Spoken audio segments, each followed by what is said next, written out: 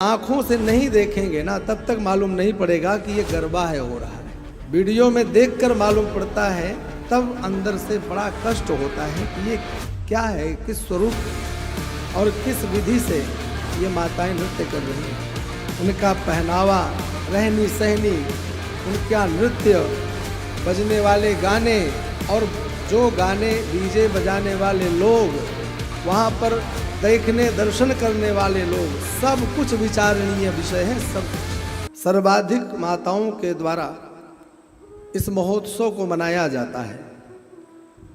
व्रत अनुष्ठान जप तप करते हुए अखंड ज्योति जवारे बो करके भगवती को संतुष्ट करने के साथ साथ बहुत सी माताएं बहनें इस नवरात्रि में सायंकाल के बेला में नृत्य गान करते हुए भगवती को प्रसन्न करने का कार्य भी करती हैं। हमारे उत्तर प्रदेश में कम, लेकिन गुजरात और राजस्थान में इसकी बड़ी महिमा है। हम लोग उत्तर प्रदेश के जगहों में जहाँ देखते हैं कि केवल व्रत अनुष्ठान जप तप करने में लोग लगे रहते हैं, वहीं गुजरात राजस्थान में सर्वाधिक मात्रा में सायंकाल को नृत्य होता है, जिसे गरबा कहा जाता है।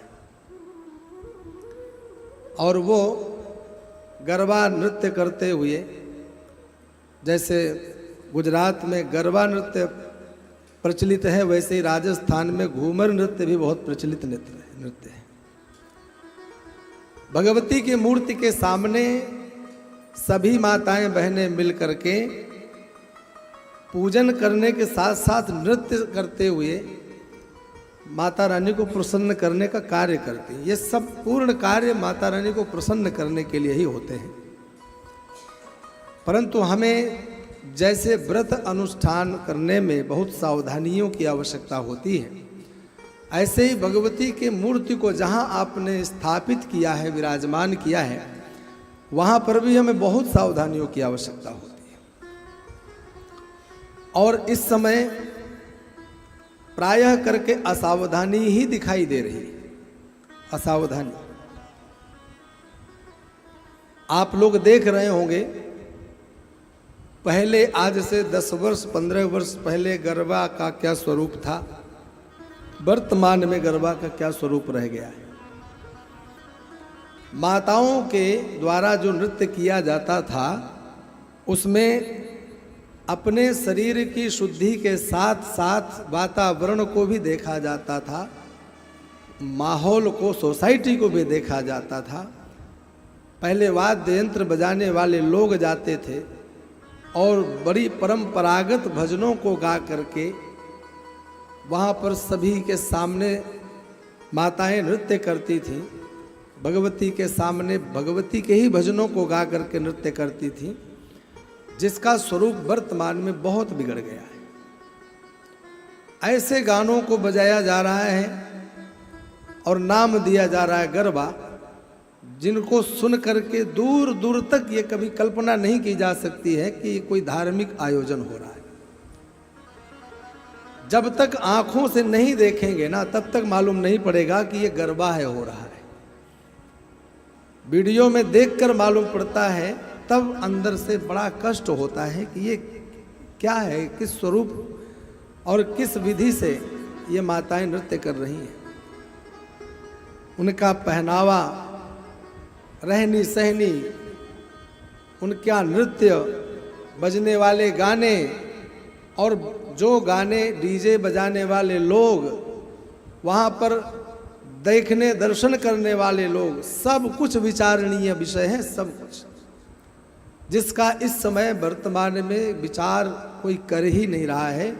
बस वर्तमान आधुनिकता की ओर भगा चला जा रहा है। सज्जनों, जो धर्म है ना, जो हमारा अध्यात्म है, धर्म को जब आप आधुनिक सांचे में ढालोगे, आधुनिकता को, धर्म को आधुनिकता में डालोगे, अपने अध्यात्म को आधुनिक तरीके से आप अपनाओगे, तब धर्म धर्म नहीं रहेगा, उसका स्वरूप बिगड़ जाएगा। सनातन संस्कृति, सनातन वैदिक परंपरा के जो नियम हैं उन नियमों को, सनातन संस्कृति को उसी पूर्ववत हमें स्वीकार करना चाहिए। उसमें नवीनता देने का कार्य, आधुनिकता देने का कार्य नहीं करना चाहिए। वह चाहे अपने जीवन में प्राप्त करने वाले व्यावहारिक कर्म हो और चाहे वह सामाजिक कार्य हो, सब में हमें विचार करना चाहिए कि हम सबसे पहले कौन हैं। सबसे पहले हम स्त्री हैं, हमारी कुछ मर्यादाएं हैं, और फिर हम सनातनी हैं, सनातन धर्म की कुछ परंपराएं हैं। हम जिनका पूजन करने जा रहे हैं उनका नामो निशान नहीं, उनका नाम नहीं, उनके भजन नहीं, उन शब्दों में भी दूर दूर तक कहीं भान नहीं कि ये आध्यात्मिक या धार्मिक आयोजन है। हम ऐसे कार्य में लगे हैं जिसे केवल फूहड़ कह सकते हैं। हम जो हैं अश्लील गानों पर इस प्रकार से अश्लीलता भरा नृत्य करते चले जा रहे हैं कि हमें अपने स्वरूप का बिल्कुल तनिक भी भान नहीं है। इससे कोई पुण्य नहीं मिलने वाला है, इससे दोष बन रहा है। आप जहाँ माँ भगवती को प्रसन्न करने के लिए गरबा धारण करते हो, गरबा का एक व्रत करते हो, हम माँ के सामने नृत्य करके उन्हें प्रसन्न करेंगे, उससे कोई पुण्य मिलेगा क्या? उससे पाप मिलेगा, उससे दोष बनेगा। पुण्य केवल आपके द्वारा इसलिए किया जा रहा है कि आपके किए गए पुण्यों का प्रभाव आपके बच्चों, पति, उनके व्यापार, कुटुंब सब के ऊपर लगे, सब स्वस्थ हों, निरोगी हों, सबका आनंद पूर्वक बालक आपकी पढ़ाई करें, आपके पति देव का व्यापार बढ़े। पर जब आप ही कुमार्ग में लग करके आप नियमों को ताक में रख करके, परंपराओं को ताक में रख करके और इस प्रकार का कार्य करोगे तो उससे पुण्य प्राप्त होने वाला नहीं है। मैं जो देख रहा हूँ वर्तमान में वीडियो इत्यादि के माध्यम से, ऐसे ऐसे गानों में मैंने भगवती के सामने नृत्यों को देखा है, उसको देख करके हृदय में बड़ा कष्ट हुआ है। इसलिए मैं अपनी भावनाओं को व्यक्त कर रहा हूँ। हमें इस विषय पर विचार अवश्य करना चाहिए। मैं माताओं से केवल प्रार्थना कर सकता हूँ, आज भी समय है, आने वाले कभी भी ऐसे पर्वों में जहाँ भगवान के लिए हम कोई कार्य करने जा रहे हों, ईश्वर को प्रसन्न करने के लिए कोई अनुष्ठान कर रहे हों, वहाँ इस प्रकार का कार्य नहीं होना चाहिए।